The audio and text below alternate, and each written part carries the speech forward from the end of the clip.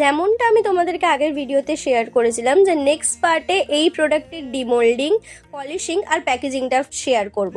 সেই অনুযায়ী আজকে ভিডিওটা নিয়ে চলে এলাম।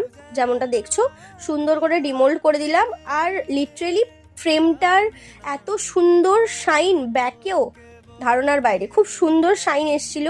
ডিমোল্ড করার পরেই যেই প্রবলেমটা ফেস করলাম যে মোল্ডের অনেক সময় এক্সট্রা রেজিন লেগে থাকে, বা ওভারলোডেড যতই তুমি ভর্তি করে রেজিন দাও না কেন, উপরে একটা একদম মোল্ডের স্নিগ্ধ লাইন চলেই আসে। এবার সেটা জমে যাওয়ার পর যাতে হাতে লেগে টেগে না যায়, সুন্দর করে আমি এখানে জায়গাটাকে ফাইল করে নিচ্ছি, দেন এটাকে আমি পরিষ্কার করে নিচ্ছি। পরিষ্কার করার পর এটা আমি পলিশ করে নিচ্ছি।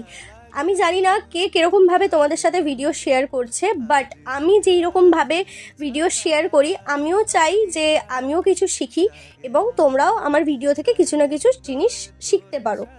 সো সুন্দর করে আমি অনেকক্ষণ ধরে প্রায় 5 মিনিট ধরে এটাকে পলিশ করেছি। আর পলিশিংটা সবাই হয়তো দেখায় না ভিডিওতে, বাট পলিশিংটা একটা মেন পার্ট রেজিন আর্টের। যত সুন্দর করে জিনিস পলিশ করা হয় তত সুন্দর ক্রিস্টাল ক্লিয়ার, যেটা চটচটে ভাব রেজিনের থেকে যায়, সেটা কিন্তু পলিশ করার পর একদমই চলে যায়।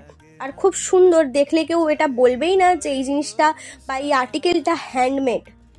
পলিশ করার পরে আমি সুন্দর করে স্ট্যান্ডে বসিয়ে দেখে নিলাম যে সুন্দর করে স্ট্যান্ডে বসছে নাকি, খুব সুন্দর লাগছিল।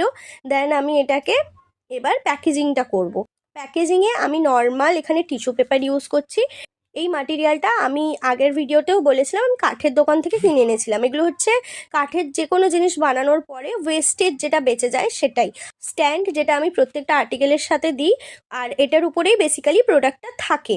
তারপরে মেন আর্টিকেলটা আমি বক্সের মধ্যে দিয়ে বক্সটা প্যাক করে দিলাম। লাস্টে আমি একটা থ্যাংক ইউ কার্ড অ্যাড করেছিলাম। এবারে আমাদের প্রোডাক্টটা ডেলিভারির জন্য রেডি।